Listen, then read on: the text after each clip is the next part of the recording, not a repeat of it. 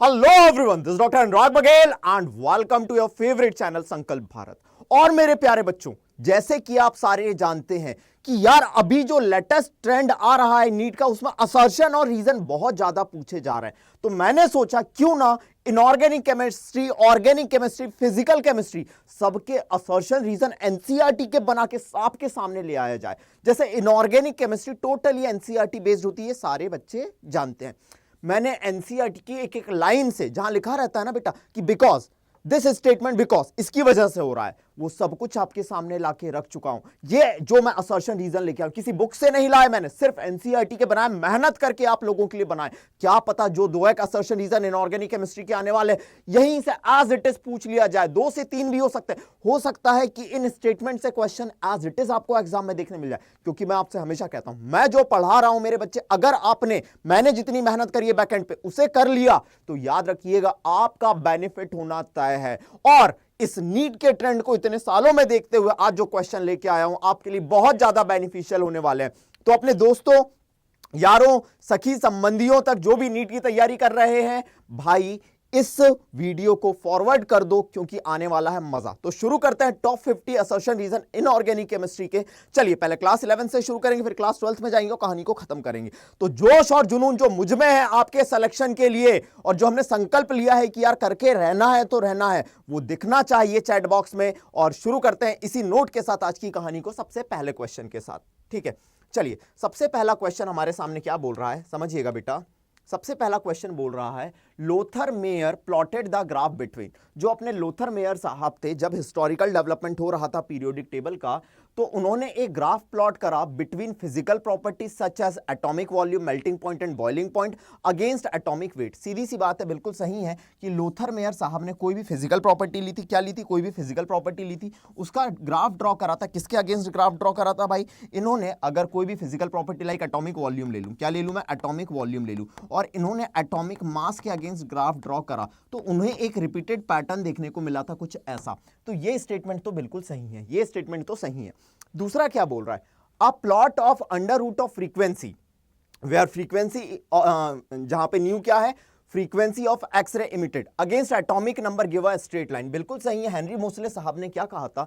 Physical and chemical properties of the element are periodic function of atomic weight. उन्होंने अलग अलग element के ऊपर एक्सरे पास करी और अंडर रूट ऑफ फ्रीक्वेंसी और एटॉमिक नंबर के बीच जो ग्राफ देखा वो स्ट्रेट लाइन देखा। इसीलिए उन्होंने कहा था एटॉमिक नंबर फंडामेंटल प्रॉपर्टी है, ना कि एटॉमिक मास। असर्शन भी सही है, रीजन भी सही है, लेकिन दोनों अपने आप में इंडिपेंडेंट स्टेटमेंट है, कोई एक दूसरे से लेना देना नहीं है। तो अगर दोनों स्टेटमेंट सही होते हैं मेरे बच्चे और कोई एक्सप्लेनेशन नहीं होता असर्शन का, तो ऑप्शन क्या आ जाता है अपना? सेकंड आ जाता है। तो आंसर होगा अपना सेकंड। आंसर क्या होगा अपना? सेकंड होगा। चलिए आगे बढ़ते हैं नेक्स्ट क्वेश्चन की तरफ। अगला क्वेश्चन देखना क्या है।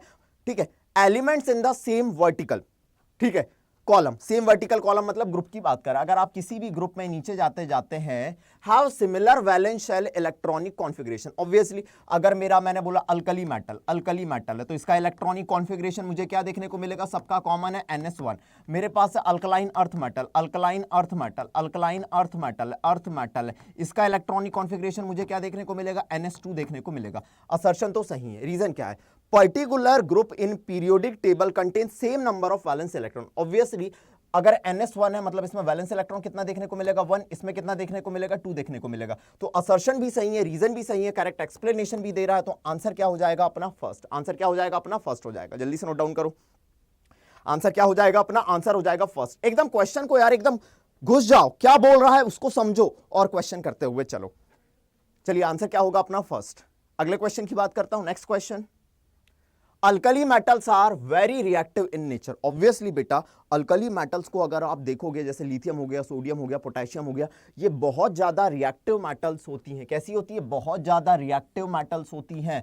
ठीक है, because of high reactivity they are never found in pure nature. ये इतनी ज्यादा रिएक्टिव होती हैं बेटा, अपनी रिएक्टिविटी की वजह से ये नेचर में कभी नहीं पाई जाती हैं। तो असर्शन भी सही है, रीजन भी सही है कि बहुत ज्यादा रिएक्टिव है, इसलिए नेचर में प्योर फॉर्म में नहीं पाई जाती है। तो आंसर अपना क्या हो जाना चाहिए? असर्शन भी सही, रीजन भी सही, करेक्ट एक्सप्लेनेशन भी दे रहा है। तो आंसर क्या होगा अपना? फर्स्ट होगा। आंसर क्या होगा अपना? फर्स्ट होगा। Alkali metals are very reactive in nature, तो because of high reactivity they are never found in pure in nature। Clear है? They never found pure in nature. Answer क्या हो जाएगा? फर्स्ट हो जाएगा। आंसर क्या हो जाएगा? फर्स्ट हो जाएगा। चलिए next question, noble gases exhibit very low chemical reactivity. अगर नोबल गैसेस की बात करते हैं, मतलब नोबल गैसेस किस में आती हैं बेटा? ग्रुप 18 में आती हैं। बोलो किस में आती हैं? ग्रुप 18 में आती हैं। ग्रुप 18 में आती हैं नोबल गैसेस। और नोबल गैसेस को आप देखेंगे तो इनकी केमिकल रिएक्टिविटी कैसी होती है? बहुत कम होती है, वेरी लो पाई जाती है इनकी केमिकल रिएक्टिविटी। इसके पीछे वजह क्या है कि इनकी केमिकल रिएक्टिविटी लो होना? Noble gases element have closed valence shell NH2 NP6 configuration. अब लॉजिक सुनना, कोई भी एटम अपनी स्टेबिलिटी के लिए ऑक्टेट कंप्लीट करना चाहता है, दे आर ऑलरेडी, इनका अगर आप देख रहे होंगे तो इनका ऑक्टेट कंप्लीट है। जब इनका ऑक्टेट कंप्लीट है ना मेरे बच्चे, तो ये केमिकल रिएक्टिविटी शो नहीं करते, इनको बॉन्ड बनाने की जरूरत ही नहीं। ऑब्वियसली घर में बराबर पैसा रखा हुआ है भैया, 8 चाहिए तो 8 रखा हुआ है भैया, हमारे पास 8 इलेक्ट्रॉन रखा है, तो हमें बॉन्ड क्यों बनाना भाई? जब बॉन्ड नहीं बनाना तो very low chemical reactivity show करेंगे। असर्शन भी सही, रीजन भी सही, करेक्ट एक्सप्लेनेशन भी। तो आंसर क्या हो जाएगा? फर्स्ट। आंसर क्या देखने को मिलेगा अपने को? फर्स्ट देखने को मिलेगा। एकदम जोश होना चाहिए आखिरी के क्लास तक, जैसे मुझ में है ना वही जोश तुम में हो। ये आग अंदर से आती है भाई, जैसे पढ़ाने का जील मेरे अंदर है तो तुम्हारे अंदर भी होना चाहिए कि नहीं, इसी जील के साथ हमको पढ़ना है। चलिए नेक्स्ट क्वेश्चन की बात करेंगे, अगले क्वेश्चन की बात करेंगे, ध्यान दीजिएगा। डी ब्लॉक एलिमेंट, अगर मैं डी ब्लॉक एलिमेंट की बात करता हूं, ठीक है, general outer most electronic configuration N-1 D1 से 10 और NS0 से 2 पाया जाता है, बिल्कुल सही है। लेकिन पैलेडियम, अगर आप बात करोगे पैलेडियम का इलेक्ट्रॉनिक कॉन्फ़िगरेशन 4D10 5s2 अपने को देखने को मिलता है। असर्शन भी सही है, रीजन भी सही है। पैलेडियम एक्सेप्शन पाया जाता है बेटा, बोलो क्या पाया जाता है? पैलेडियम का एक्सेप्शनल इलेक्ट्रॉनिक कॉन्फ़िगरेशन होता है जिसमें NS में कोई भी इलेक्ट्रॉन नहीं है, लेकिन N-1D में पूरे के पूरे 10 इलेक्ट्रॉन हो जाते हैं। तो भाई असर्शन सही है, रीजन सही है, लेकिन क्या कोई एक दूसरे से लिंक कर रहा है? नहीं कर रहा है। लिंक नहीं करता है तो आंसर कौन सा आ जाता है? अपना सेकंड आ जाता है। प्लीज नोट डाउन करें इसे।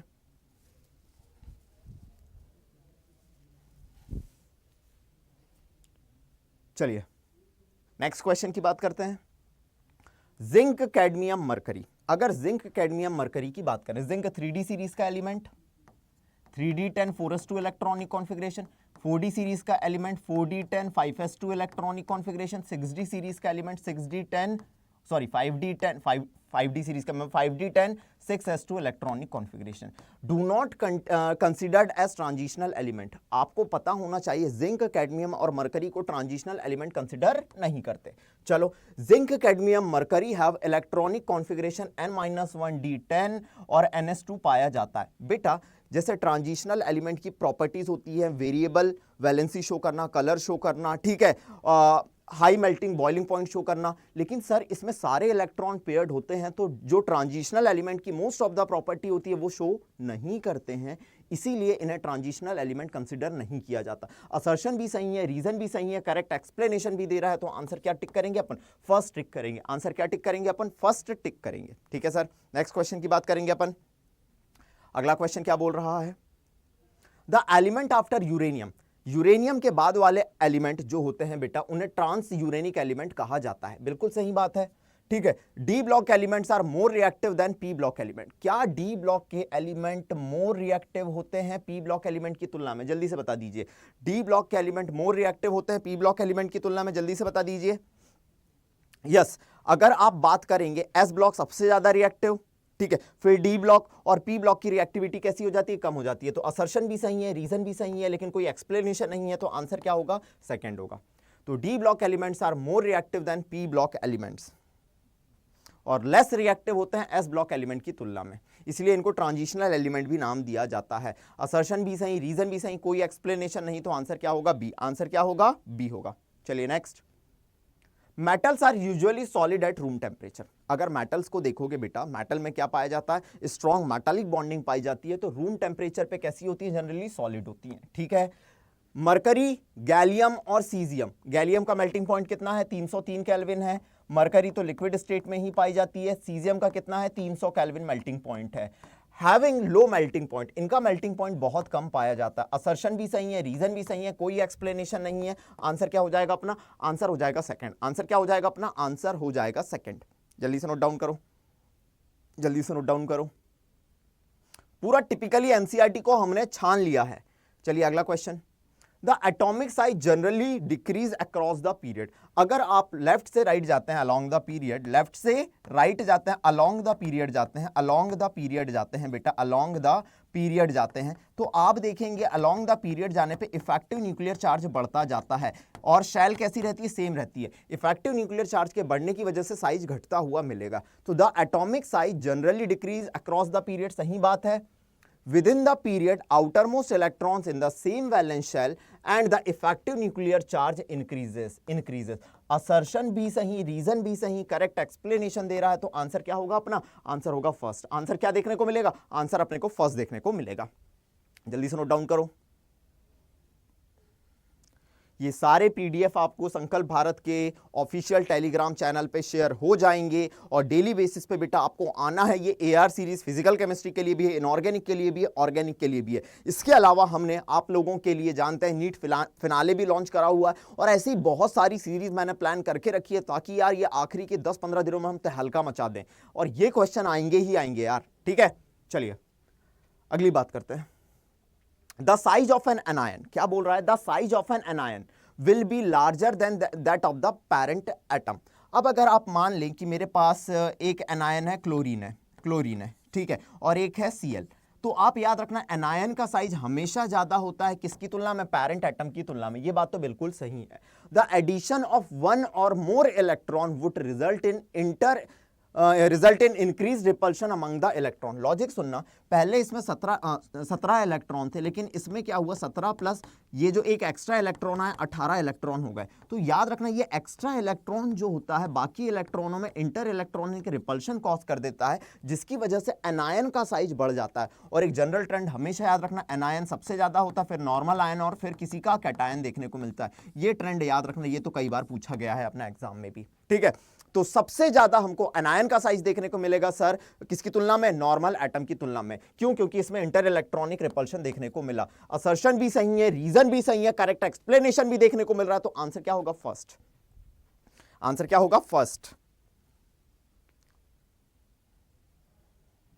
चलिए बात करता हूं अगले क्वेश्चन की।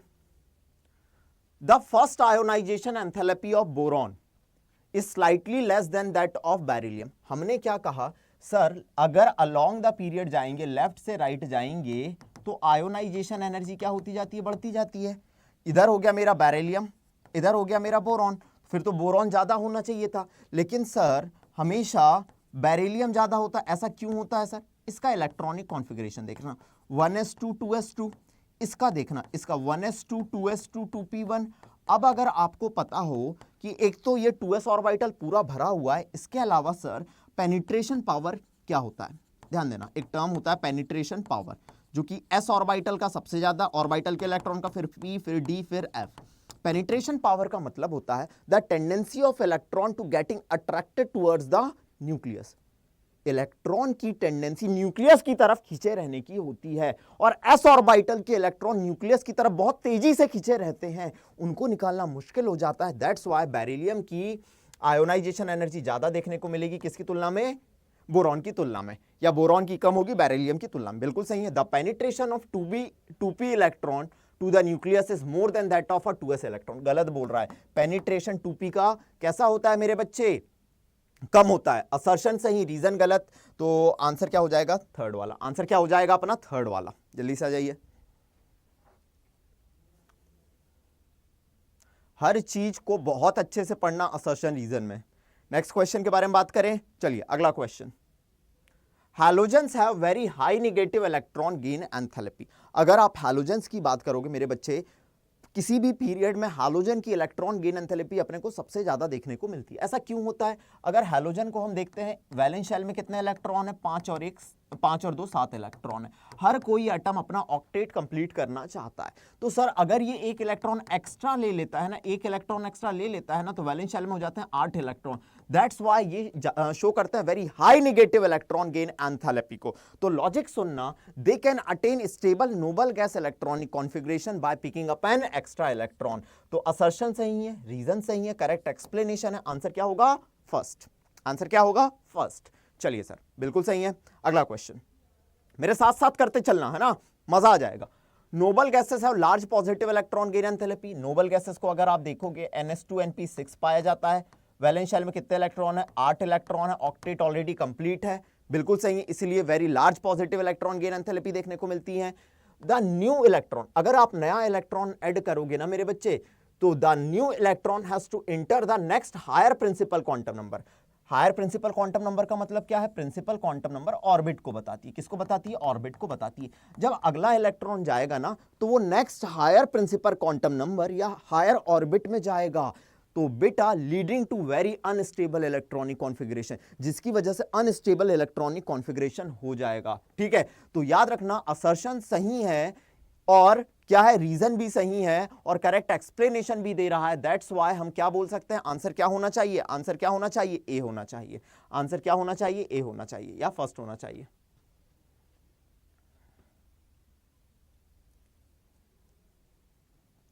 इनमें very high positive electron gain enthalpy देखने को मिलती है। ठीक है, क्योंकि इनका क्या कंप्लीट होता है? ऑक्टेट कंप्लीट होता है।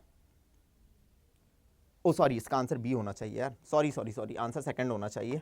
आंसर क्या होना चाहिए? सेकंड होना चाहिए। वेरी हाई पॉजिटिव देखने को मिल रही है, रीजन होना चाहिए था इनका ऑक्टेट कंप्लीट होता है। ठीक है, लेकिन इसमें रीजन क्या दिया गया है? The new electron has to enter into the next higher principal quantum number. Reason होना चाहिए था very high positive electron gain enthalpy because इनका ऑक्टेट कंप्लीट है, ये रीजन होना चाहिए था, लेकिन रीजन अलग दिया हुआ है, तो आंसर सेकंड होगा अपना। दोनों स्टेटमेंट सही है, लेकिन एक्सप्लेनेशन करेक्ट नहीं है। The electronegativity of an element is not constant. Obviously मेरे बच्चे, इलेक्ट्रोनिगेटिविटी मेरे बच्चे कांस्टेंट नहीं होती। लाइक अगर आप देखोगे कार्बन sp, जिसमें परसेंटेज s कैरेक्टर कितना है? 50%। कार्बन sp2, इसमें कितना है percentage s character? 33.3%। Carbon sp3, इसमें परसेंटेज s कैरेक्टर कितना है? 25%। तो इलेक्ट्रोनिगेटिविटी डायरेक्टली प्रोपोर्शनल होती है परसेंटेज s कैरेक्टर के। तो कार्बन सिंगल एलिमेंट के ही देखो, sp हाइब्रिडाइजेशन में इलेक्ट्रोनिगेटिविटी ज्यादा, sp2 में कम, sp3 में और कम, तो ये कांस्टेंट क्वांटिटी बिल्कुल भी नहीं है। ये स्टेटमेंट तो सही है।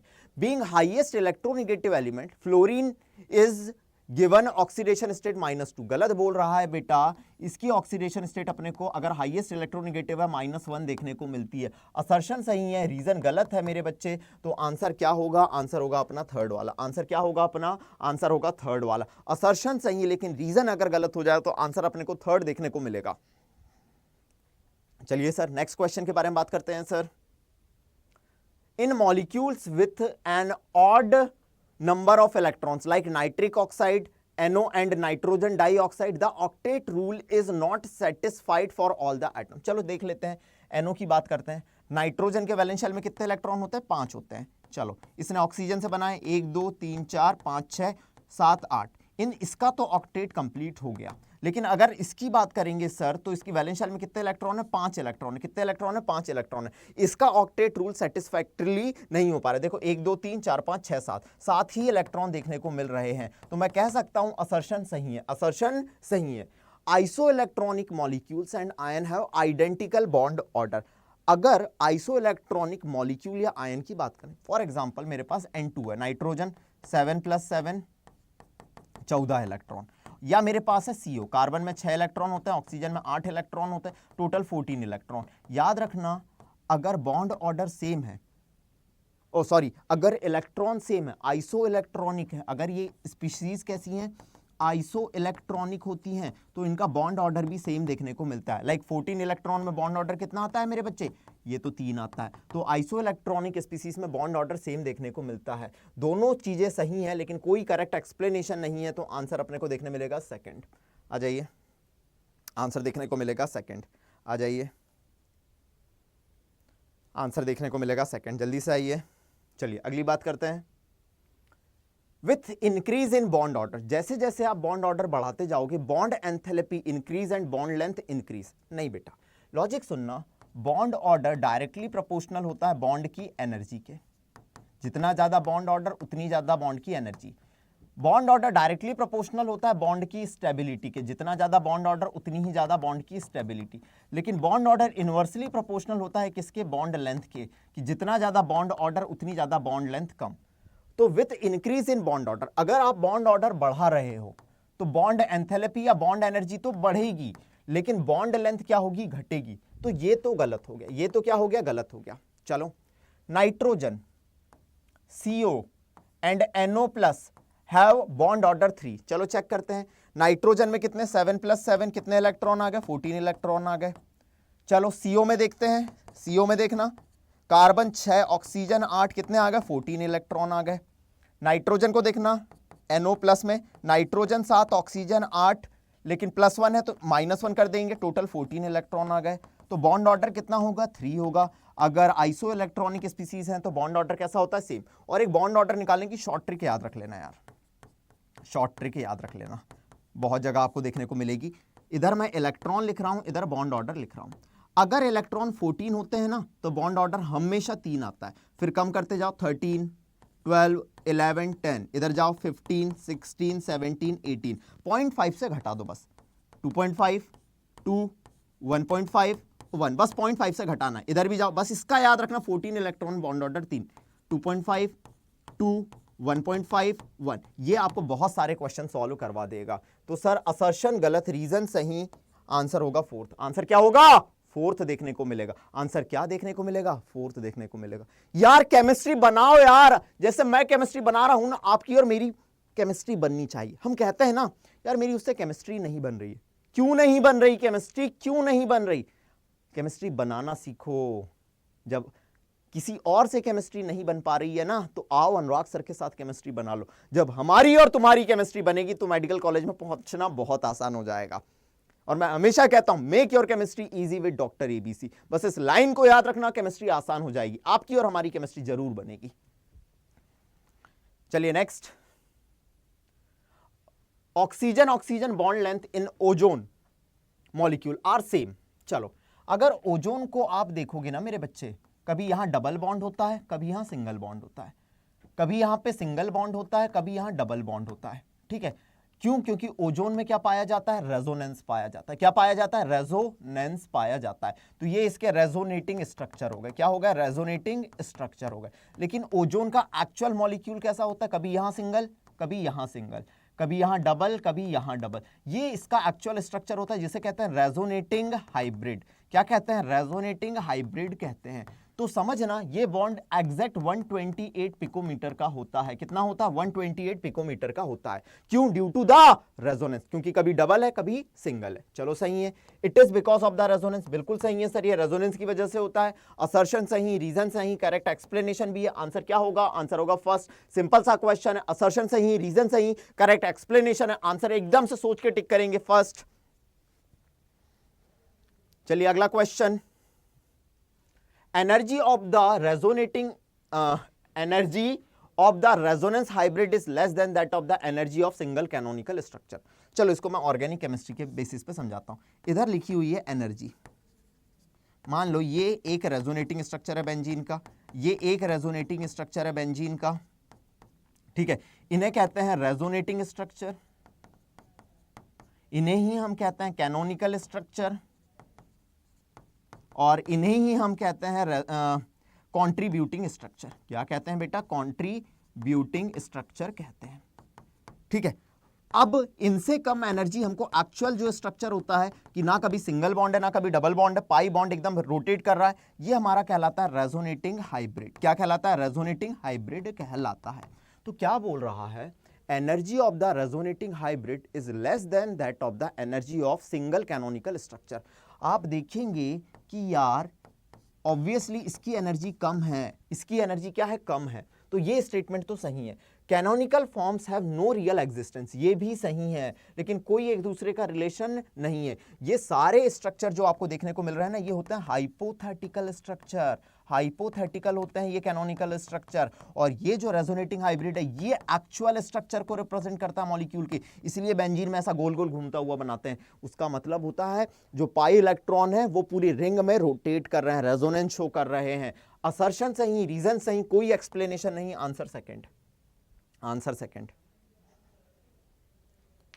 चलिए आगे बढ़ते हैं, next. The dipole movement of NH3 is greater than NF3। चलो ये वेरी इंपॉर्टेंट, ये तो बहुत बार पूछा जा चुका है, PYQ का भी है क्वेश्चन। तो ध्यान देना, NH3 का स्ट्रक्चर मैं बनाऊं, ये सर इसका डाइपोल मूवमेंट इधर गया, नाइट्रोजन की इलेक्ट्रोनेगेटिविटी ज्यादा है सर, नाइट्रोजन की इलेक्ट्रोनेगेटिविटी ज्यादा है, ये शेयर्ड इलेक्ट्रॉन पेयर को अपनी तरफ खींचेगा, इन 3 NH का भी रिजल्टेंट इधर गया, दोनों क्या हो जाएंगे सर, सम हो जाएंगे, दोनों क्या हो जाएंगे सर, सम हो जाएंगे। लेकिन अगर मैं NF3 के बारे में बात करूं, लोगों को लगता है फ्लोरीन ज्यादा इलेक्ट्रोनेगेटिव है सर, तो ज्यादा डाइपोल मूवमेंट शो करेगा, लेकिन एक्चुअल में क्या होता है, ये लोन पेयर का रिजल्टेंट इधर, फ्लोरीन इलेक्ट्रोनेगेटिव है इधर, तो सर एक का रिजल्टेंट किधर जा रहा है, इधर जा रहा है, और एक का रिजल्टेंट, तीनों का रिजल्टेंट इधर आ रहा है, तो दोनों एक दूसरे को कैंसिल आउट करने की कोशिश करेंगे। दैट्स व्हाई इसका डाइपोल मूवमेंट हमेशा ज्यादा होता है, किसकी तुलना में, किसकी तुलना में, NF3 के डाइपोल मूवमेंट की तुलना में। तो इन केस ऑफ, ये तो सही हो गया, in case of NH3 the orbital dipole due to lone pair is in the same direction as in the resultant dipole of NH bond, whereas in NF3 the orbital dipole moment is in direction opposite to the resultant dipole moment in 3NF bond। ये भी सही है और correct explanation है, तो answer क्या होगा, first. Answer क्या देखने को मिलेगा अपने को, फर्स्ट देखने को मिलेगा। बस इस तरीके से पढ़ो यार, आग लगा देंगे यार, आग लगा देंगे। आखिरी के दिन है, ये असर्शन रीजन भी हो गया अपना। चलिए next, ClF3 is T shaped. अगर कभी भी आपको शेप निकालना है, हाइब्रिडाइजेशन निकाल लो। जस्ट 1 मिनट का समय लूंगा। हाइब्रिडाइजेशन निकालने का फॉर्मूला क्या होता है सर, हाफ कितने मोनोवैलेंट एटम जुड़े हैं plus number of valence electron minus charge of cation plus charge of anion, ये फॉर्मूला होता है। चलो क्लोरीन, क्लोरीन हमने देखा हाफ कितने मोनोवैलेंट एटम जुड़े हैं सर, 3 जुड़े हुए हैं, ठीक है। सेंट्रल एटम ग्रुप 17 का है, वैलेंस शेल में कितने electron, 7, 3 monovalent atom, central atom के वैलेंस शेल में 7 इलेक्ट्रॉन, कितना आ गया 10/2 मतलब 5, 5 मतलब एक s ऑर्बिटल, 3 p ऑर्बिटल और एक d ऑर्बिटल पार्टिसिपेट कर रहा होगा। यस सर समझ आ गया। अब लॉजिक सुनना, वैलेंस शेल में 7 इलेक्ट्रॉन हैं, ठीक है, 3 ने बॉन्ड बना लिया, 3 ने क्या बना लिया, बॉन्ड बना लिया, बचे कितने इलेक्ट्रॉन, 4 इलेक्ट्रॉन, बचे कितने इलेक्ट्रॉन, 4 इलेक्ट्रॉन। ये जो 4 इलेक्ट्रॉन बचे ना, 2 लोन पेयर रहेंगे, 2 लोन पेयर के फॉर्म में रहेंगे। और याद रखना ये थंब रूल sp3d हाइब्रिडाइजेशन जब भी होता है, लोन पेयर जाते हैं इक्वेटोरियल पोजीशन में, और मोस्ट इलेक्ट्रोनिगेटिव एलिमेंट, बहुत इंपॉर्टेंट बात कर रहा हूं, मोस्ट इलेक्ट्रोनिगेटिव एलिमेंट कहां जाते हैं, मोस्ट इलेक्ट्रोनिगेटिव एलिमेंट ये जाते हैं सर एक्सियल पोजीशन में, एक्सियल पोजीशन में। ये थंब रूल याद रखना, बहुत सारे क्वेश्चन सॉल्व करने में हेल्प करेगा। अब अगर ClF3 की बात कर रहा हूं, ये क्लोरीन, ये देखो most electronegative, most electronegative, axial में चले गए, एक बचा हुआ यहां चला गया। अब ये इक्वेटोरियल में आए लोन पेयर, इनके और इनके बीच में लोन पेयर रिपल्शन, इनके बीच में lone pair bond pair repulsion, ये टी शेप या बेंड टी शेप देखने को मिलेगा। बिल्कुल सही है। The lone pair are at the equatorial position, so there are lone pair repulsion। क्या आ जाता है, लोन पेयर रिपल्शन आ जाता है, दैट्स वाई ये टी शेप हो जाता है। करेक्ट एक्सप्लेनेशन भी है। आंसर क्या हो गया, फर्स्ट। आंसर क्या देखने को मिलेगा, फर्स्ट देखने को मिलेगा। जल्दी आ जाओ, जल्दी आ जाओ। आंसर क्या देखने को मिलेगा, फर्स्ट देखने को मिलेगा। चलिए बात करते हैं अगले क्वेश्चन की, अगले क्वेश्चन के बारे में बात करते हैं। Sigma bond is less stronger than the pi bond. अरे भाई, 2 एटम के बीच बनने वाला पहला बॉन्ड सिग्मा ही होता है।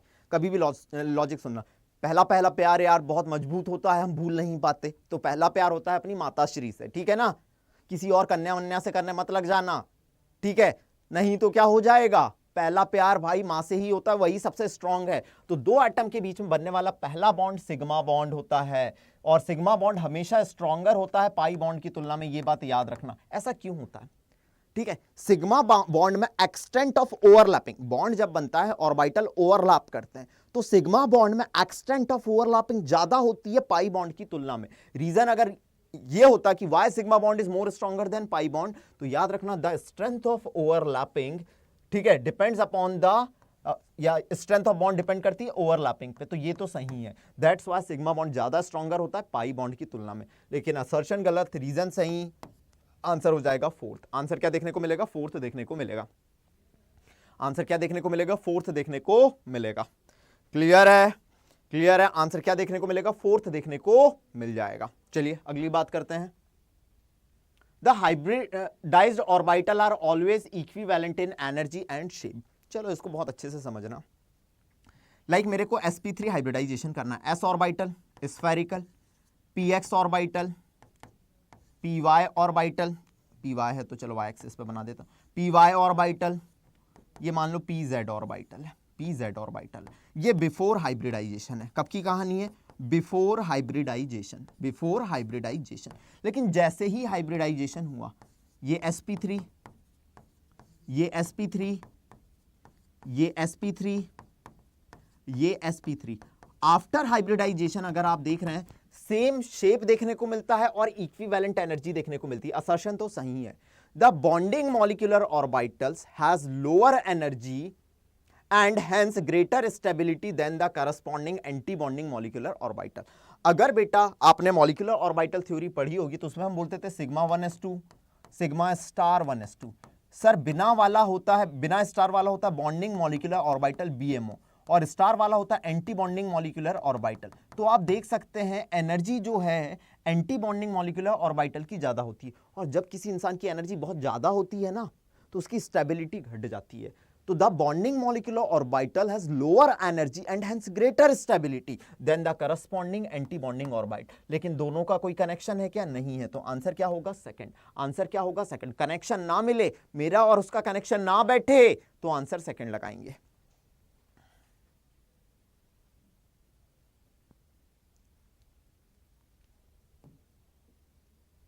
सॉरी, चलो अगले क्वेश्चन की तरफ बढ़ते हैं।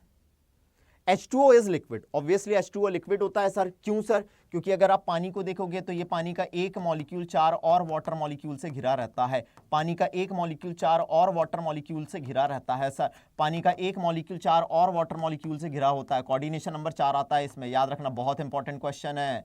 पानी का एक मॉलिक्यूल 4 और वाटर मॉलिक्यूल से घिरा होता है सर। तो H2O लिक्विड होता है। क्यों? क्योंकि इसमें हाइड्रोजन बॉन्डिंग पाई जाती है। लेकिन H2S गैस होता है क्योंकि sir hydrogen bonding most electronegative element phone, और कभी कभार वेरी रेयर केसेस में like in a chloral hydrate chlorine करता है। तो H2S कैसा होता है? लिक्विड होता है। सॉरी, H2S गैस होता है, जबकि दोनों सेम ग्रुप को बिलोंग करते हैं। सही बात है। In water hydrogen bonding present, बिल्कुल सही बात है। असर्शन भी सही, रीजन भी सही विद करेक्ट एक्सप्लेनेशन। आंसर क्या हो जाएगा? फर्स्ट। आंसर क्या हो जाएगा? फर्स्ट। बेटा हर चीज एक्सप्लेन करते चल रहा हूं मैं, समझिएगा। एक क्वेश्चन के पीछे 4 क्वेश्चन या 2 क्वेश्चन समझाते हुए चल रहा हूं। आपको मेरे साथ ये सेशन देखने के बाद ना यार असर्शन रीजन का डर खत्म हो जाना चाहिए। और मैंने लाइन से बना के लाया हूं यार, मजा आ रहा है आपको कि पहले पीरियोडिसिटी करी फिर बॉन्डिंग पे पहुंचे। तो यार फील करो यार केमिस्ट्री, फील द केमिस्ट्री यार, मेहनत करो यार, और मेहनत हमेशा रंग दिखाती है। चलिए अगला question. Boron has unusually high melting point among group 13। अगर बोरॉन की बात करोगे ना मेरे बच्चे, हाई मेल्टिंग पॉइंट पाया जाता है ग्रुप 13 में। बिल्कुल सही है। अगर बोरॉन को देखते हो ना, करीब 3000 केल्विन समथिंग इसका मेल्टिंग पॉइंट होता है। ये स्टेटमेंट तो सही है। Boron has very strong crystalline structure. इसका जो स्ट्रक्चर देखने को मिलता है ना बेटा, आपने एक आइकोसाहेड्रल ज्योमेट्री सुनी होगी। इसका स्ट्रक्चर आइकोसाहेड्रल टाइप का होता है, आइकोसाहेड्रल टाइप का होता है, ठीक है। और जिसमें बोरॉन के बहुत सारे एटम जुड़े होते हैं, और याद करो एकता में शक्ति होती है ना, दैट्स व्हाई इसका स्ट्रॉन्ग क्रिस्टलाइन स्ट्रक्चर होने की वजह से इसका मेल्टिंग पॉइंट अनयूजुअली हाई होता है। लेकिन इसी के दूसरे मेंबर देखो ग्रुप के, गैलियम। गैलियम 303 केल्विन समथिंग पाया जाता है। हथेली पे रखोगे पिघल जाएगा। असर्शन भी सही, रीजन भी सही, करेक्ट एक्सप्लेनेशन भी। आंसर क्या होगा? फर्स्ट। आंसर क्या होगा? फर्स्ट देखने को मिलेगा। आंसर क्या देखने को मिलेगा? फर्स्ट देखने को मिलेगा। चलिए अगला question. The metaborate of many transitional metal have characteristic colour. चलिए, what is the meaning of metaborate? समझना बेटा, यहां पे बात करते हैं हम बोरेक्स बीट टेस्ट के बारे में। समझना, बोरेक्स बीट टेस्ट आपको समझना पड़ेगा क्या होता है। बेटा बोरेक्स आप जानते हैं Na2B4O7.10H2O होता है। अगर हमने बोरिक एसिड बोरेक्स को गर्म करा, क्या करा? बोरेक्स को गर्म करा, तो सबसे पहले 10 वाटर के मॉलिक्यूल उड़ गए और आपको मिला Na2B4O7, Na2B4O7।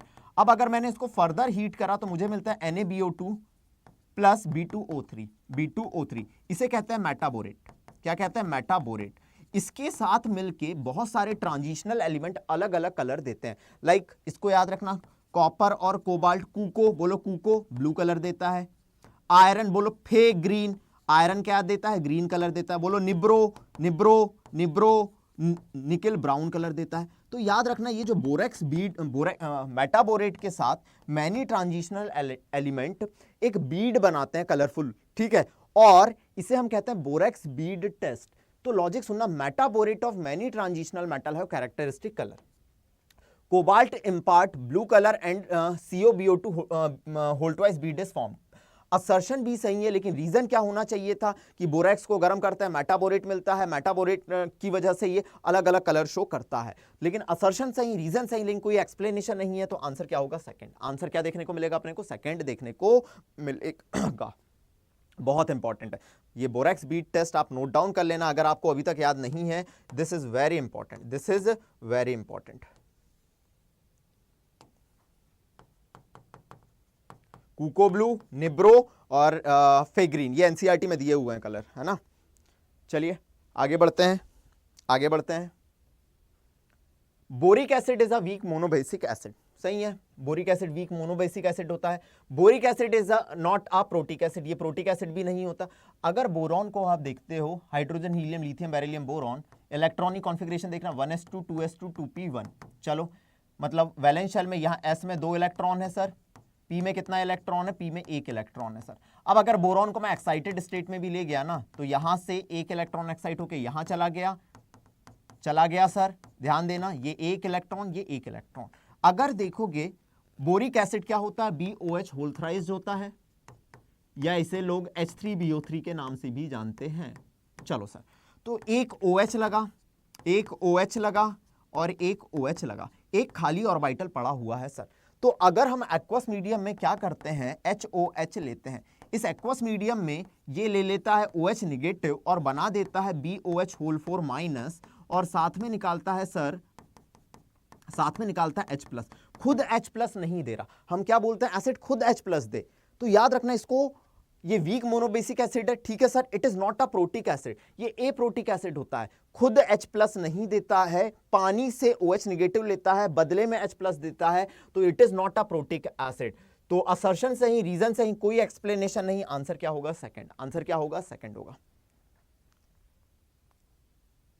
Week monobasic acid है और नॉट अ प्रोटिक एसिड, खुद प्रोटॉन नहीं देता, पानी से OH निगेटिव लेता है अपने खाली ऑर्बिटल में, ये वाले खाली ऑर्बिटल में, और बदले में देता है H+। चलिए, इसलिए इसे ए प्रोटिक एसिड कहते हैं। नेक्स्ट क्वेश्चन ध्यान दीजिएगा। Graphite is used as a lubricant in machines running at a high temperature. चलो, जब आप गाड़ी चलाते हो कुछ देर बाद आपकी गाड़ी गर्म पड़ जाती है। अगर आप लॉन्ग ड्राइव पे जा रहे होगे, आपने सुना होगा यार थोड़ी देर गाड़ी को भी आराम दे देते हैं, लेकिन यार मशीन्स जो चल रही हैं, क्या चल रही हैं आपकी? हाँ, आपकी जो मशीन चल रही है 24-24 घंटे चल रही है, वर्कर 8 घंटे 8 घंटे 8 घंटे की शिफ्ट में काम कर रहे हैं। तो यार उसमें लिक्विड लुब्रिकेंट यूज ना करके हम ग्रेफाइट को एज अ लुब्रिकेंट यूज करते हैं। अगर आप ग्रेफाइट का स्ट्रक्चर देखोगे तो आपको पता चलेगा कि ये ग्रेफाइट का स्ट्रक्चर होता है, ये ग्रेफाइट का स्ट्रक्चर होता है। तो होता क्या है, ये ग्रेफाइट के स्ट्रक्चर में ग्रेफाइट की एक लेयर दूसरी लेयर के ऊपर आसानी से स्लाइड हो जाती है, आसानी से स्लाइड हो जाती है। That's why it is used as a lubricant at high temperature. ठीक है, तो used as a lubricant in machines running at high temperature, बिल्कुल सही है। Graphite cleaves easily between the layers and very slippery, assertion भी सही है, reason भी सही है और करेक्ट एक्सप्लेनेशन भी है। आंसर क्या हो जाएगा? फर्स्ट। आंसर क्या देखने को मिलेगा? फर्स्ट देखने को मिलेगा। जल्दी से आ जाइए, जल्दी से आ जाइए। आंसर क्या देखने को मिलेगा? फर्स्ट देखने को मिलेगा। Graphite cleaves very easily between the layers and very slippery, that's why इसको हम हाई टेम्परेचर पे एज अ लुब्रिकेंट के तौर पे यूज करते हैं। चलिए next. PH3 has lower boiling point than NH3, बिल्कुल सही है। क्यों सर? फॉस्फोरस है यहां पे और ये अमोनिया है। अमोनिया में क्या पाया जाता है? हाइड्रोजन बॉन्डिंग पाया जाता है। क्या पाया जाता है? हाइड्रोजन बॉन्डिंग पाया जाता है। हाइड्रोजन बॉन्डिंग की वजह से इसका मेल्टिंग पॉइंट बढ़ जाता है। ठीक है, PH3 molecules are not associated through hydrogen bonding, बिल्कुल सही है। तो असर्शन भी सही, रीजन भी सही, करेक्ट एक्सप्लेनेशन भी। आंसर क्या हो जाएगा? फर्स्ट। लाइक H2S और H2O वाला केस, सेम वैसा ही केस है, बस यहां पे अमोनिया हाइड्रोजन बॉन्डिंग शो कर रहा है, वहां पे वाटर हाइड्रोजन बॉन्डिंग शो कर रहा था। चलिए आगे बढ़ते हैं। Die nitrogen is inert eight room temperature. Obviously अगर रूम टेम्परेचर पे बात करोगे ना मेरे बच्चे, अगर मान लो मुझे लिथियम और नाइट्रोजन की रिएक्शन कराना है, रूम टेम्परेचर पे ये रिएक्शन नहीं करेंगे। ऐसा क्यों होता है? नाइट्रोजन और नाइट्रोजन के बीच में ट्रिपल बॉन्ड पाया जाता है और इस बॉन्ड की बॉन्ड एनर्जी बहुत ज्यादा हाई होती है, बॉन्ड एनर्जी बहुत ज्यादा हाई होती है, बहुत ज्यादा हाई होती है। तो रूम टेम्परेचर पे डाई नाइट्रोजन इनर्ट होता है। The bond enthalpy of N triple bond N is very high. Assertion भी सही, रीजन भी सही, करेक्ट एक्सप्लेनेशन भी। आंसर होगा फर्स्ट। लेकिन अगर आप टेम्परेचर बढ़ाओगे तो ये बॉन्ड टूटना, बॉन्ड एनर्जी लेगा और बॉन्ड टूटेगा और रिएक्शन हो जाएगी। लेकिन रूम टेम्परेचर पे जनरली रिएक्शन नहीं होती है। ठीक है सर, अगला क्वेश्चन, मेटल एग्जाम्पल के तौर पे क्रोमियम और aluminium do not dissolve in concentrated nitric acid, ये कभी भी कॉन्सेंट्रेटेड नाइट्रिक एसिड में डिसॉल्व नहीं होते। ऐसा इसलिए होता है क्योंकि ये ऑक्साइड की पैसिव लेयर बना लेते हैं। ऑक्साइड की क्या बना लेते हैं? पैसिव लेयर बना लेते हैं अपने ऊपर, और उस लेयर के थ्रू ये अपने आप को प्रोटेक्ट कर लेते हैं। ये बिल्कुल सही है। Chromium and aluminium form passive film of oxide on the surface, बिल्कुल सही। असर्शन भी सही, passive film of oxide on the surface, ठीक है। असर्शन भी सही, रीजन भी सही, करेक्ट एक्सप्लेनेशन भी। तो आंसर क्या हो जाएगा? फर्स्ट। जल्दी आ जाइए, आंसर हो जाएगा first. Chromium and aluminium form passive film of oxide on the surface, और वो उनको प्रोटेक्ट कर लेती है और डिसॉल्व नहीं होते। आंसर क्या हो जाएगा अपना? फर्स्ट। चलिए अगला क्वेश्चन, PCl5 है ट्राइगोनल बाइपिरामिडल स्ट्रक्चर। चलिए हाइब्रिडाइजेशन निकालते हैं। PCl5 हाफ, कितने मोनोवैलेंट एटम बेटा? 5। सेंट्रल एटम ग्रुप 15 का है, वैलेंस शेल में 5 इलेक्ट्रॉन, 5 + 5 टोटल 10/2। 10/2 मतलब 5, 5 मतलब क्या? sp3d hybridization, sp3d hybridization. अब लॉजिक सुनना, वैलेंस शेल में 5 इलेक्ट्रॉन है, 5 के 5 बॉन्ड बना लिए, तो भाई कोई लोन पेयर है ही नहीं। ये एक्सियल बॉन्ड हुए, ये इक्वेटोरियल बॉन्ड हुए, इक्वेटोरियल बॉन्ड हुए। अब लॉजिक सुनना, ये ट्राइगोनल बाइपिरामिडल स्ट्रक्चर होता है। आप देख सकते हैं दिस इज अ ट्राइगोनल, ये एक ऊपर है Cl, एक नीचे है। This is a trigonal bipyramidal structure and have 3 equatorial PCl bond. ये देखो, ये 3 इक्वेटोरियल PCl बॉन्ड देखने को मिल रहे हैं। Yes sir, while the 2 axial bonds are different and longer than the equatorial bond। लेकिन सर ये जो एक्सियल बॉन्ड है, ये जो एक्सियल बॉन्ड है, ये हमेशा लॉन्गर होते हैं किसके तुलना में? इक्वेटोरियल बॉन्ड की तुलना में, इक्वेटोरियल बॉन्ड की तुलना में। ऐसा क्यों होता है सर? ऐसा इसलिए होता है, इक्वेटोरियल बॉन्ड सफर मोर रिपल्शन देन एक्सियल बॉन्ड। नहीं नहीं नहीं, ऐसा इसलिए होता है क्योंकि ये जो एक्सियल बॉन्ड होते हैं सफर मोर रिपल्शन। क्या सफर करते हैं? मोर रिपल्शन इनमें ज्यादा हो जाता है। और अगर सुनो यार, तू मुझे नहीं पसंद यार, दूर जा। अगर कोई इंसान रिपल्शन हम कर रहे हैं तो इंसान दूर जाता है, दूर जाता है तो एक्सियल बॉन्ड हमेशा बड़ा होता है इक्वेटोरियल बॉन्ड की तुलना में। लेकिन कौन ज्यादा रिपल्शन फील कर रहा है? एक्सियल। यहां गलत लिखा है, असर्शन तो सही है, रीजन गलत हो गया मेरे बच्चे। तो आंसर क्या हो जाएगा? थर्ड। आंसर क्या हो जाएगा? थर्ड। आंसर हो जाएगा थर्ड। चलिए next, H3PO2 has basicity is 3। चलिए, बेसिसिटी मतलब क्या होता है? रिप्लेसेबल हाइड्रोजन आयन, ठीक है। और ऐसे हाइड्रोजन आयन जो कि ऑक्सीजन से डायरेक्टली अटैच हो वो कहलाते हैं रिप्लेसेबल हाइड्रोजन आयन। चलिए स्ट्रक्चर देखते हैं। फॉस्फोरस ग्रुप 15 का मेंबर है, वैलेंस शेल में 5 इलेक्ट्रॉन। चलो, डबल बॉन्ड से ऑक्सीजन जुड़ा, ये OH, 2 ऑक्सीजन कंप्लीट, ये H, ये H। ऐसा हाइड्रोजन जो कि ऑक्सीजन से डायरेक्टली अटैच है वो कहलाता है रिप्लेसेबल हाइड्रोजन आयन। तो इसकी जो बेसिसिटी होती है, बेसिसिटी आती है 1। तो जो असर्शन है वो तो गलत है। Hypophosphorous acid is a good reducing agent. अगर आप देखेंगे ना, ये हाइड्रोजन और ये हाइड्रोजन रिड्यूसिंग हाइड्रोजन है।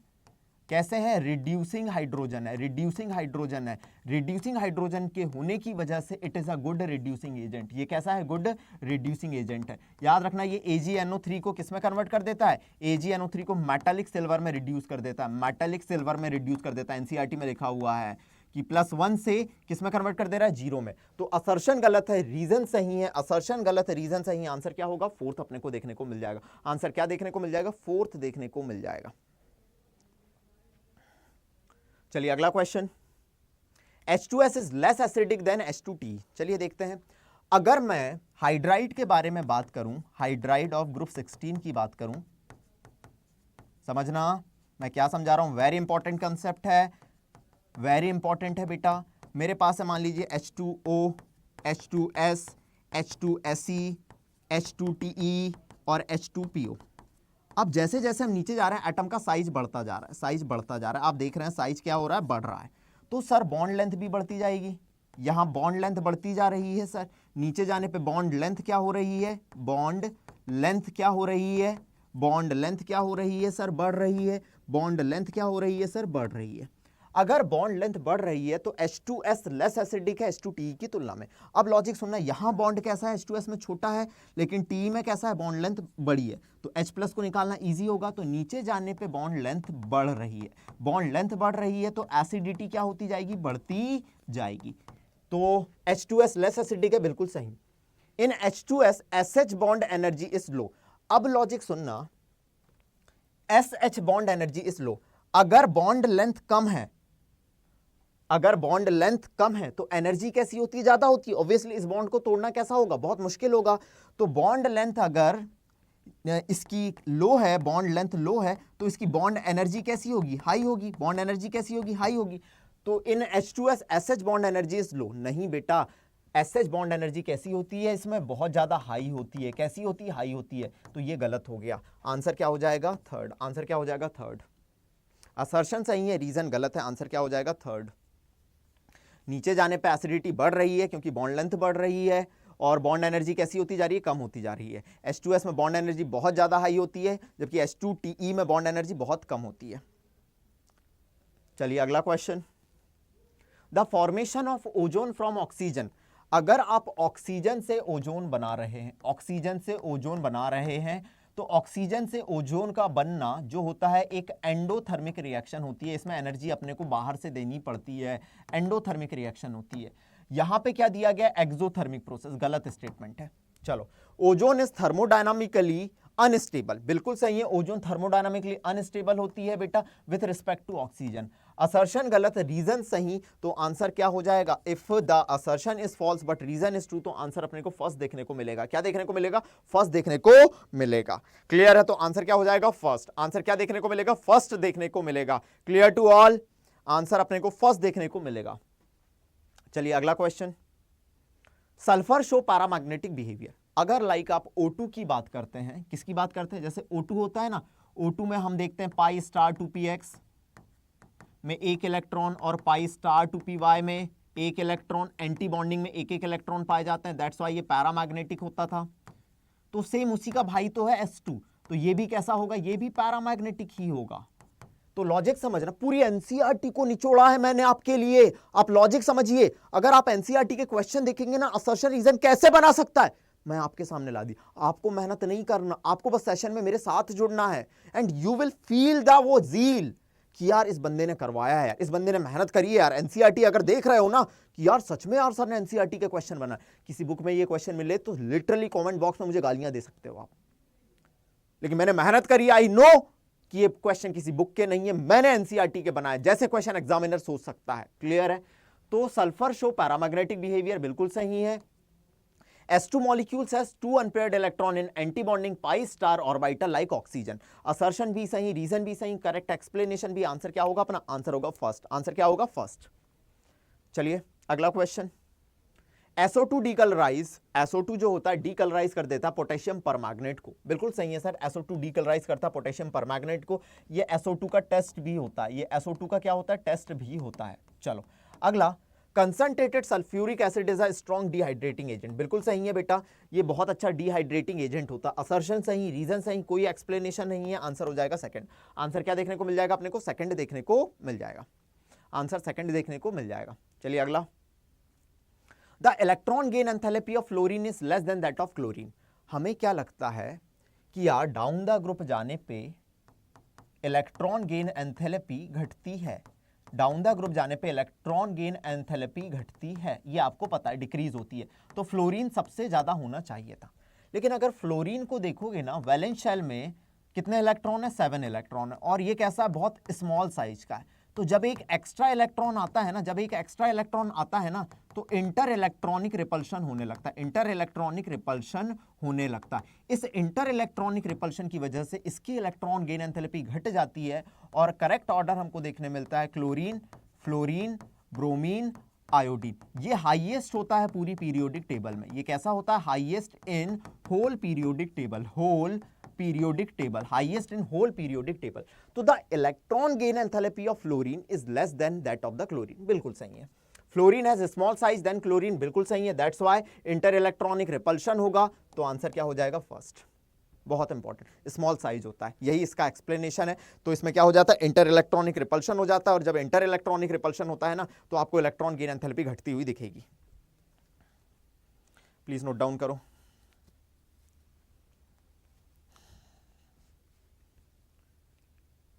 चलिए next, fluorine has smaller enthalpy of dissociation as compare to chlorine, smaller enthalpy of dissociation. अब लॉजिक सुनना, बॉन्ड डिसोसिएशन एनर्जी आपको क्या लग रहा है? फ्लोरीन सबसे ज्यादा क्योंकि बॉन्ड छोटा है, फिर क्लोरीन, फिर ब्रोमीन, फिर क्या होना चाहिए? आयोडीन। लेकिन होता क्या है मेरे बच्चे, अगर आप देखोगे फ्लोरीन में वही सेम कहानी, वैलेंस शेल में कितने इलेक्ट्रॉन? 7 इलेक्ट्रॉन है। वैलेंस शेल में कितने इलेक्ट्रॉन? 7 इलेक्ट्रॉन है सर। इन इलेक्ट्रॉन में रिपल्शन होने लगता है और फ्लोरीन की इलेक्ट्रॉन गेन एंथैल्पी घट जाती है और यहां आ जाती है। कहां जाती है? यहां आ जाती है। तो ऑर्डर अपने को क्या देखने को मिलता है बॉन्ड डिसोसिएशन एनर्जी का? क्लोरीन, ब्रोमीन, फ्लोरीन और आयोडीन। इसको याद रखने की बहुत इंपॉर्टेंट ट्रिक बता रहा हूं, डॉक्टर एबीसी ट्रिक बहुत इंपॉर्टेंट है। डॉक्टर एबीसी ट्रिक, अगर डॉक्टर एबीसी ट्रिक आप याद करेंगे, डॉक्टर एबीसी ट्रिक क्या कहती है? अगर आपको बॉन्ड डिसोसिएशन एनर्जी हैलोजन की पता करना है, हैलोजन की पता करना है, रीजन मैं बता देता हूं, chemistry is not all about exception, it is all about concept and behind every concept, oh sorry, chemistry is not all about exception, it is all about concept, behind every exception there is a concept. और जो concept समझा दे वो chemistry समझा देगा। तो logic सुनना, होता क्या है? होता क्या है? इंटर इलेक्ट्रॉनिक रिपल्शन हुआ, कंसेप्ट ये है और ये सबसे कम हो गया। याद करने की ट्रिक है, काला ब्राह्मण फटेहाल आया, काला ब्राह्मण फटेहाल आया। तो लॉजिक सुनना, fluorine has smaller enthalpy of dissociation as compare to chlorine, सही है। Large electronic repulsion among the lone pair of fluorine molecule is observed, ये भी सही है और करेक्ट एक्सप्लेनेशन भी है। तो आंसर अपने को क्या देखने को मिलेगा? आंसर फर्स्ट देखने को मिलेगा। यार मजा आ रहा है, केमिस्ट्री बना रहे हैं हम, और ये जो केमिस्ट्री बनती है ना, इसी से केमिस्ट्री को केमिस्ट्री कहा जाता है। चलिए आइए 38 का फर्स्ट, चलिए next, when HCl react with finally divided iron. चलिए मैंने फाइनली डिवाइडेड आयरन ले लिया, इसके साथ HCl रिएक्ट कर रहा है, मुझे क्या मिलेगा? FeCl2 मिलेगा और क्या मिल जाएगा? हाइड्रोजन गैस निकल जाएगी। अब लॉजिक सुनना, it forms ferrous chloride. Ferrous मतलब क्या है? आयरन कौन से स्टेट में होना चाहिए? 2, लेकिन ये फेरिक क्लोराइड नहीं बनाता, ये फेरस क्लोराइड बनाता है, फेरिक क्लोराइड नहीं बनाता। ऐसा क्यों सर? ये जो हाइड्रोजन का निकलना होता है, ये फेरस का फेरिक में जाना रोक देती है। Liberation of hydrogen prevent the formation of ferric chloride. Assertion भी सही है, रीजन भी सही है, विथ करेक्ट एक्सप्लेनेशन। तो आंसर क्या देखने को मिलेगा? आंसर अपने को फर्स्ट देखने को मिलेगा। आंसर क्या देखने को मिलेगा? फर्स्ट देखने को मिलेगा। जल्दी आइए next, inter halogen compounds are more reactive than halogen. बिल्कुल सही है। जो भी इंटर हैलोजन कंपाउंड क्या होते हैं? जब दो डिफरेंट हैलोजन आपस में रिएक्शन कर जाएं, इंटर हैलोजन कंपाउंड कहलाते हैं, और ये ज्यादा रिएक्टिव होते हैं किसकी तुलना में? हैलोजन की तुलना में। अब इंटर हैलोजन कंपाउंड में एक हैलोजन अलग, दूसरा हैलोजन अलग, ये जो बॉन्ड होता है वीकर होता है। बॉन्ड अगर वीक है तो टूटना आसान, बॉन्ड अगर वीक है तो इसका टूटना आसान हो जाता है, आसान हो जाता है। किसकी तुलना में? सेम हैलोजन की तुलना में। दैट्स वाई जब बॉन्ड टूट गया रिएक्शन तेजी से हो जाएगी और ज्यादा रिएक्टिविटी शो करेंगे। तो आंसर क्या देखने को मिलेगा? असर्शन भी सही है, उसी का करेक्ट एक्सप्लेनेशन दे रहा है। आंसर फर्स्ट होगा। आंसर क्या होगा? फर्स्ट होगा। चलिए अगले पे बात करते हैं। Noble gases have very low melting and boiling point. बिल्कुल सही है, नोबल गैसेस का low melting and boiling point पाया जाता है क्योंकि इनमें वीक डिस्पर्शन या लंदन फोर्स होता है, डिस्पर्शन या लंदन फोर्स होता है, इसीलिए इनका very low melting and boiling point पाया जाता है। Inter atomic interaction in these element is strong नहीं, वीक डिस्पर्शन फोर्स। ये गलत हो गया, गलत हो गया। असर्शन सही, रीजन गलत होना। आंसर क्या आ जाएगा अपना? आंसर अपने को थर्ड देखने को मिल जाएगा। अब एग्जाम में हम क्या करते हैं? एग्जाम में अरे हाँ डिस्पर्शन फोर्स दिख गया, अरे भाई उसने स्ट्रॉन्ग लिख के रखा है, स्टेटमेंट पढ़ना। ये सिली मिस्टेक हम करते हैं, इन सिली मिस्टेक से बचो। आखिरी के दिनों में बता रहा हूं, इन सिली मिस्टेक से बचो यार, कि नहीं स्ट्रॉन्ग नहीं, वीक होना था। डिस्पर्शन देख के हम खुश हो गए, अरे क्या तो पेपर आया है। अरे भाई जैसे मैंने घुमाया है ना, मैंने घुमाया है, मैंने क्वेश्चन बनाया है, वैसे एग्जामिनर ही बनाएगा, एनसीईआरटी की लाइन से बनाया है। ठीक है, चलिए अगला, hydrolysis of XeF6 lead to redox reaction. चलिए देखते हैं, अगर XeF6 का हाइड्रोलिसिस आपने करा तो इसके दो प्रोडक्ट आप मान लीजिए, XeOF4 मिला और XeO2F2 मिलता है, समझना। यहां ऑक्सीडेशन निकालोगे, -1 × 6 +6 देखने को मिल रही है। ये -2 और ये -4 इधर गया तो ये +6 हो गया, और यहाँ पे 4 और 2 6, ये भी +6 हो गया। ऑक्सीडेशन स्टेट में चेंज नहीं है तो this is not a redox reaction. ये भी एनसीईआरटी से बनाया मैंने इन टेक्स्ट क्वेश्चन में से। तो hydrolysis of HCF6 lead to a redox reaction, गलत है। द प्रोडक्ट ये बनेंगे, ये सही है। असर्शन गलत, रीजन सही। आंसर क्या हो जाएगा? फोर्थ। आंसर क्या हो जाएगा अपना?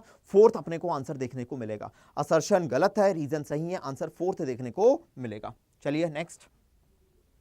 Zirconium and hafnium exhibit similar radius. अब लॉजिक सुनना बेटा, बहुत इंपॉर्टेंट है, कई बार पूछा गया है, वेरी इंपॉर्टेंट, और पीवाईक्यू में भी 2 से 3 टाइम्स आ चुका है, 2 से 3 बार आ चुका है। Zirconium hafnium similar radius show करते हैं और सिमिलर रेडियस होने की वजह से इनकी फिजिकल और केमिकल प्रॉपर्टीज भी सेम होती हैं। इसके पीछे वजह होती है लेंथेनाइड कॉन्ट्रैक्शन। असर्शन भी सही है, रीजन भी सही है और करेक्ट एक्सप्लेनेशन भी है, तो आंसर क्या होगा? फर्स्ट। इसके पीछे वजह होती है लेंथेनाइड कॉन्ट्रैक्शन। बोलो क्लियर है? कई बार ये भी क्वेश्चन पूछा जाता है, जो 4D और 5D सीरीज के मेंबर होते हैं सिमिलर रेडियस शो करते हैं due to the lanthanide contraction. Due to the lanthanide contraction, किसकी वजह से? लेंथेनाइड कॉन्ट्रैक्शन की वजह से, लेंथेनाइड कॉन्ट्रैक्शन की वजह से। ठीक है, चलिए आगे बढ़ते हैं। Transitional element exhibit higher enthalpy of atomization. Obviously enthalpy of atomization depend करती है नंबर ऑफ अनपेयर्ड इलेक्ट्रॉन पे, नंबर ऑफ अनपेयर्ड इलेक्ट्रॉन पे, अनपेयर्ड इलेक्ट्रॉन पे। इनके पास अच्छी खासी संख्या में नंबर ऑफ अनपेयर्ड इलेक्ट्रॉन पाए जाते हैं, इसीलिए higher enthalpy of atomization show करते हैं। Large number of unpaired electron are present in transitional element, इसीलिए हायर एंथैल्पी ऑफ एटोमाइजेशन है। असर्शन भी सही, रीजन भी सही विद करेक्ट एक्सप्लेनेशन। आंसर क्या हो जाएगा अपना? आंसर अपने को फर्स्ट देखने को मिल जाएगा। क्लियर है? यस सर क्लियर है। चलिए अगला। Scandium does not exhibit variable oxidation state. अगर स्कैंडियम 3D सीरीज का फर्स्ट मेंबर है, इसका इलेक्ट्रॉनिक कॉन्फ़िगरेशन देखोगे 3D1 4s2 होता है, ये ओनली +3 ऑक्सीडेशन स्टेट शो करता है, इसके अलावा और कुछ शो नहीं करता, वेरिएबल ऑक्सीडेशन स्टेट नहीं दिखाता है। ठीक है। क्रोमियम रिड्यूसिंग होता है, Mn+3 ऑक्सीडाइजिंग नेचर का होता है। चलिए अगर आप क्रोमियम को देखें, क्रोमियम क्या होता है? Atomic number 24, 3D5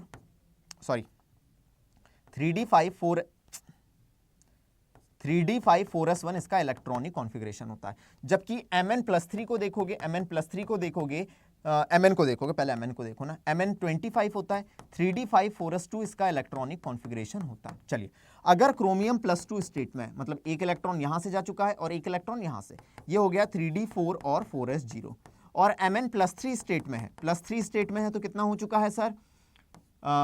Mn+3 state में है तो कितना हो चुका है? 3D4। दोनों का इलेक्ट्रॉनिक कॉन्फ़िगरेशन 3D4 है, लेकिन सर कहा क्या जा रहा है? ये R4 ये रिड्यूसिंग एजेंट है और ये कैसा है? ऑक्सीडाइजिंग एजेंट है। चलो अगर रिड्यूसिंग एजेंट है, सामने वाले का रिडक्शन करेगा, खुद का ऑक्सीडेशन कर देगा, खुद का ऑक्सीडेशन कर देगा। देखो मैं टीचिंग एजेंट हूं, मैं आपको पढ़ाता हूं। अगर रिड्यूसिंग एजेंट है, सामने वाले का रिडक्शन, खुद का ऑक्सीडेशन कर दिया, खुद का ऑक्सीडेशन करा मतलब 1 2 3, ये 3D3 4s0 में कन्वर्ट हो गया, और ये रिसेंबल होता है T2G3 ऑर्बिटल से, जो कि स्टेबल होता है। दैट्स व्हाई ये रिड्यूसिंग एजेंट जैसा काम करता है। ये ऑक्सीडाइजिंग एजेंट है, सामने वाले का ऑक्सीडेशन, खुद का रिडक्शन करा, मतलब Mn+2 में कन्वर्ट हुआ, +2 स्टेट में ये 3D5 4s0। Oh my God, ये कैसा बन गया? सब में एक एक इलेक्ट्रॉन, ये हाफ फिल्ड हो गया। कैसा हो गया? हाफ फिल्ड हो गया। हाफ फिल्ड है, एक्स्ट्रा स्टेबल है। अगर एक्स्ट्रा स्टेबल है तो सर ये किसके जैसा काम करेगा? ऑक्सीडाइजिंग एजेंट जैसा काम करेगा। तो दैट्स व्हाई सर ये ऑक्सीडाइजिंग एजेंट जैसा काम करता है। दोनों स्टेटमेंट सही है, लेकिन कोई एक्सप्लेनेशन एक दूसरे का नहीं दे रहे। आंसर क्या होगा? आंसर होगा सेकंड। आंसर क्या होगा? आंसर होगा सेकंड। चलिए बढ़े आगे, नेक्स्ट क्वेश्चन को देखना। Copper 1 compounds are unstable in aqueous medium. अगर देखना बच्चों को क्या लगता है, बच्चों को क्या लगता है? कॉपर 29 होता है, 3D10 4s1 होता है, इलेक्ट्रॉनिक कॉन्फ़िगरेशन बच्चों को क्या लगता है? कॉपर +1 में, और ये 3D10 है, 4s0 है, फुली फिल्ड है भाई, स्टेबल होगा। फुली फिल्ड है भाई, स्टेबल होगा। अरे नहीं होता, फुली फिल्ड होते हुए भी स्टेबल नहीं होता। ऐसा क्यों होता है? तो ये स्टेटमेंट तो सही है। क्या होता है ना, इसका डिस्प्रपोर्शनेशन हो जाता है। डिस्प्रपोर्शनेशन का मतलब है खुद ही का ऑक्सीडेशन कर देगा, खुद ही का रिडक्शन कर देगा। ऑक्सीडेशन नंबर का बढ़ना, ऑक्सीडेशन घटना, रिडक्शन, खुद का ऑक्सीडेशन खुद का रिडक्शन कर दिया इसने एक्वस मीडियम में सर, तो ये स्टेबल नहीं होता है। दैट्स व्हाई बेटा असर्शन भी सही, रीजन भी सही, विद करेक्ट एक्सप्लेनेशन। आंसर अपन लिखेंगे फर्स्ट। आप सोचो मैंने इतने प्यारे प्यारे क्वेश्चन आपके लिए बनाए हैं ना, ताकि आपको फील दे दें यार केमिस्ट्री का। जल्दी आइए, जल्दी आइए।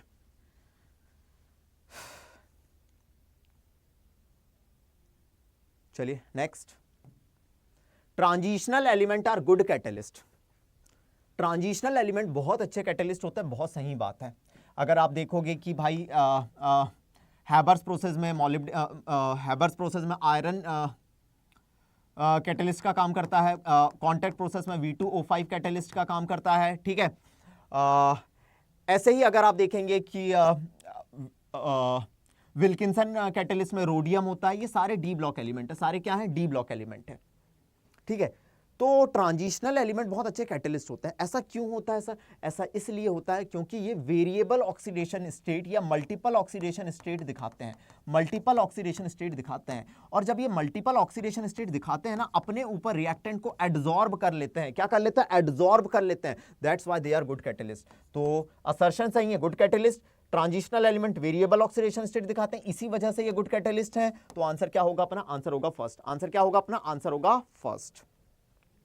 चलिए next, interstitial compounds are chemically reactive. नहीं नहीं नहीं, अगर इंटरस्टिशियल कंपाउंड को आप देखते हैं, ये केमिकली इनर्ट हमको देखने को मिलते हैं, इनर्ट देखने को मिलते हैं, ये गलत हो गया, ठीक है।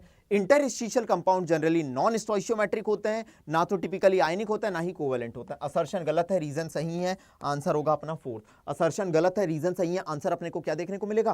फोर्थ देखने को मिलेगा। इस तरीके से यार आपको एनसीईआरटी की एक एक लाइन याद होनी चाहिए। अब आपको समझ आ रहा होगा इस बंदे ने सच में यार रिसर्च एंड एनालिसिस करा है पूरे असर्शन रीजन बनाने से पहले। मैंने करा है, आपको भी करना है, क्योंकि हम एक कहते हैं ना, प्रतिज्ञा लेके बैठे हैं कि सिलेक्शन लेना है। अगर लेना है तो लेके रहेंगे। चलिए अगला, all the lanthanoids are silvery white soft metal and tarnish rapidly in air. बिल्कुल सही है। एक्टिनाइड कॉन्ट्रैक्शन ज्यादा होता है लेंथेनाइड कॉन्ट्रैक्शन की तुलना में। ऐसा इसलिए होता है, एक्टिनाइड में 5f ऑर्बिटल पाया जाता है, इसका स्क्रीनिंग इफेक्ट 4f की तुलना में बहुत बहुत कम होता है, ठीक है। दैट्स व्हाई हम कह देते हैं कि एक्टिनाइड कॉन्ट्रैक्शन कैसा होता है? बहुत स्ट्रॉन्गर होता है लेंथेनाइड कॉन्ट्रैक्शन की तुलना में। दोनों सही है, लेकिन कोई एक्सप्लेनेशन नहीं। आंसर हो जाएगा सेकंड। आंसर क्या देखने को मिलेगा? सेकंड देखने को मिलेगा। And the last question of inorganic chemistry is magnet and पर मैग्नेट। अगर मैग्नेट की बात करें, मैग्नेट क्या होता है भाई? MnO4-2। और पर मैग्नेट क्या होता है भाई? MnO4-। अगर मैं स्ट्रक्चर बनाऊं इनका, तो ध्यान देना, पहले मैं मैग्नेट का स्ट्रक्चर बनाता हूं। ये मैग्नेट का स्ट्रक्चर। पर मैग्नेट का स्ट्रक्चर बनाऊं भाई, तो ध्यान देना, ये स्ट्रक्चर बना रहा हूं, ये पर मैग्नेट का स्ट्रक्चर। अगर आप दोनों को देख रहे होंगे तो दोनों सर कैसे देखने को मिल रहे हैं? टेट्राहेड्रल। यस सर, दोनों टेट्राहेड्रल शेप के होते हैं, दोनों टेट्राहेड्रल शेप के होते हैं। चलो sir, acidified permanganate solution oxidize oxalate into CO2। अगर परमैग्नेट की बात करते हैं, ऑब्वियसली समझना, ये एक अच्छा ऑक्सीडाइजिंग एजेंट होता है। अगर आपके पास ऑक्सलेट प्रेजेंट है ना बेटा, ऑक्सलेट प्रेजेंट है, तो ये इसको किस में कन्वर्ट कर देता है? CO2 में कन्वर्ट कर देता है। तो ये असर्शन भी सही, रीजन भी सही, लेकिन कोई एक्सप्लेनेशन नहीं है। तो आंसर क्या देखने को मिलेगा? आंसर हमको सेकंड देखने को मिलेगा। ये हमारे इनऑर्गेनिक केमिस्ट्री के असर्शन एंड रीजन कंप्लीट हुए। अगर आपने अभी तक एक्साइटमेंट के साथ पढ़ा है तो मुझे कमेंट बॉक्स में बताओ मजा आया या नहीं आया। मुझे कमेंट बॉक्स में बताओ क्या आप सिलेक्शन के लिए तैयार हैं। मुझे कमेंट बॉक्स में बताओ क्या आपकी और हमारी केमिस्ट्री बन रही है। And if you are loving these session, मेरे बच्चों, इन्हें शेयर करो जितने ज्यादा से ज्यादा लोगों तक कर सकते हो, क्योंकि याद रखना बेटा, मजा तभी है जब यार कहते हैं ना कि यार ज्यादा से ज्यादा लोग केमिस्ट्री समझ पाए, सीख पाए एक्चुअली। और क्योंकि मेरा मोटिव ही यही रहता है यार, make your chemistry easy with doctor ABC। मैं हमेशा कहता हूं कि अगर मैं डॉक्टर बना हूं तो जो बेस्ट क्वालिटी कंटेंट मैं आज तक बनाया है ना मैंने, वो आप लोगों तक इतने सालों का डिलीवर करूं। तो कमेंट बॉक्स में जरूर बताएं। इनऑर्गेनिक में मजा आया तो फिजिकल और ऑर्गेनिक के लिए अपन जुड़ते हैं, ठीक है। 3 सेशन इसके रहेंगे AR सीरीज के अपने, एंड वी विल रॉक यार, एंड करके दिखाएंगे यार। कमेंट बॉक्स में बताओ, हम करके दिखाएंगे, सिलेक्शन लेके दिखाएंगे। तब तक thank you so much, tata bye bye, take care.